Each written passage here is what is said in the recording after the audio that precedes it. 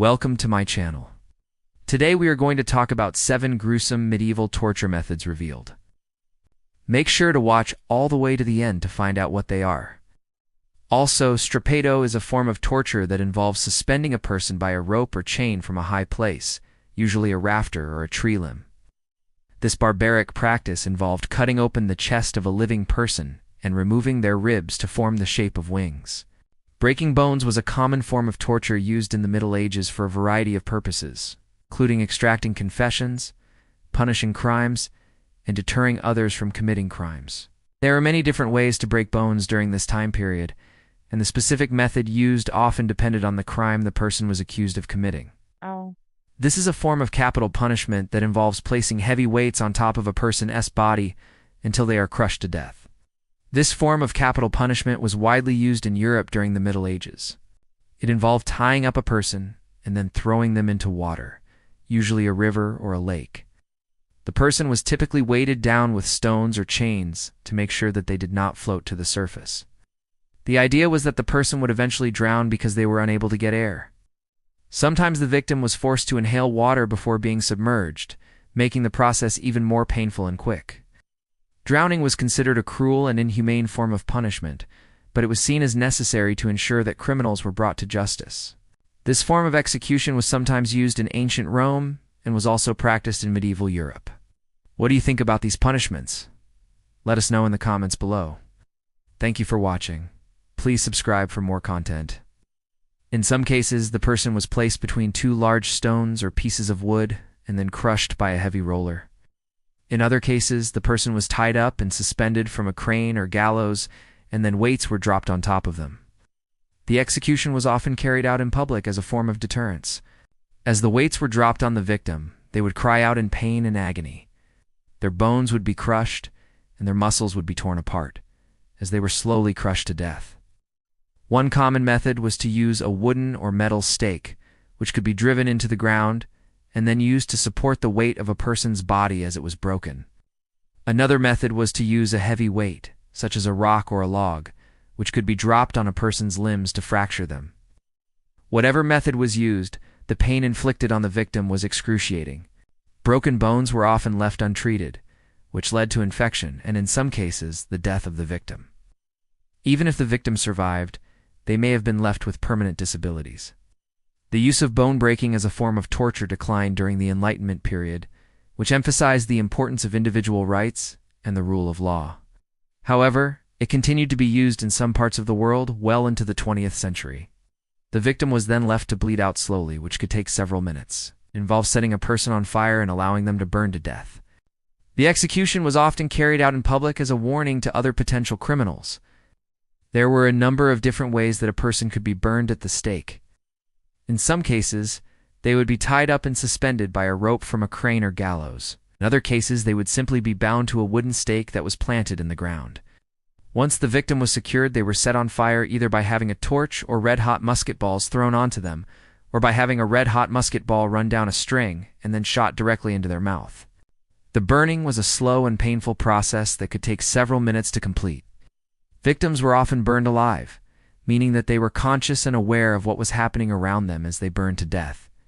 This form of execution was reserved for those who were convicted of serious crimes, such as heresy, witchcraft, and treason. It was also sometimes used as a means of executing those who refused to convert to Christianity.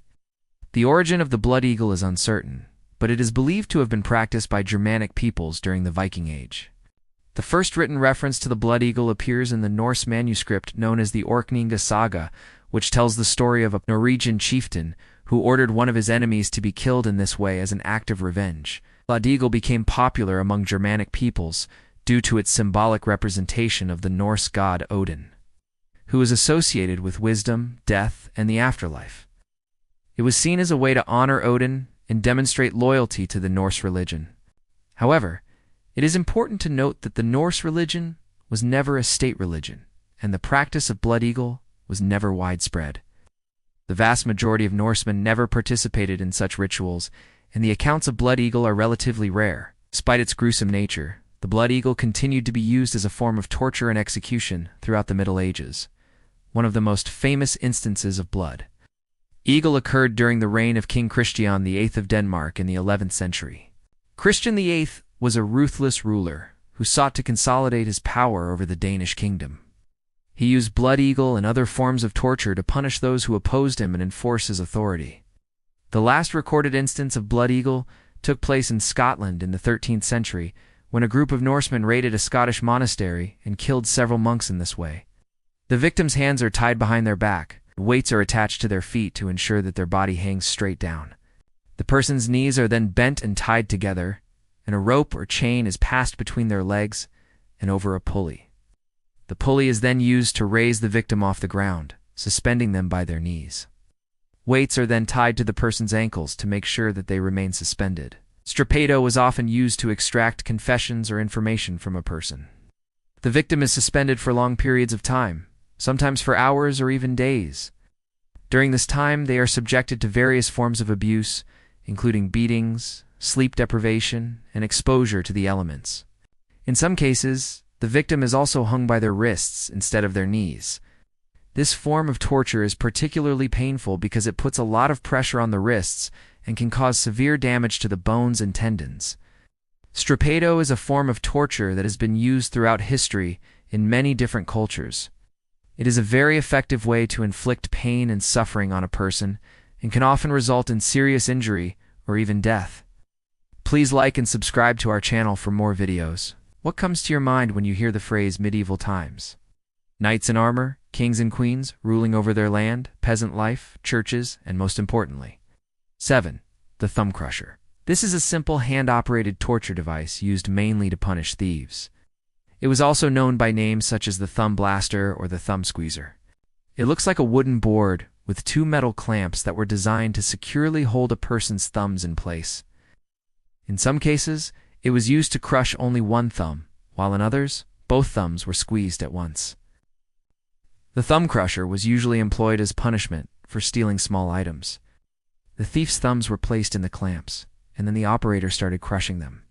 The pain inflicted by this torture method was excruciating. As the bones of the thumbs were crushed, the victim would scream and cry out in agony. If the thief did not confess to his crime or give information about his accomplices, the torturer would continue crushing his thumbs until they were completely smashed and useless. In some cases, the thumbs were so badly damaged that they had to be amputated. Imagine waking up in the morning with a terrible pain in your thumb. You tried to ignore it, but it kept getting worse. And when you finally went to the doctor, he told you that your thumb was crushed, and now it was too late. We can only imagine how much worse it must have been back in medieval times, when people were deliberately tortured and there was no help available. Torture. Yes. The Middle Ages was an era of torture.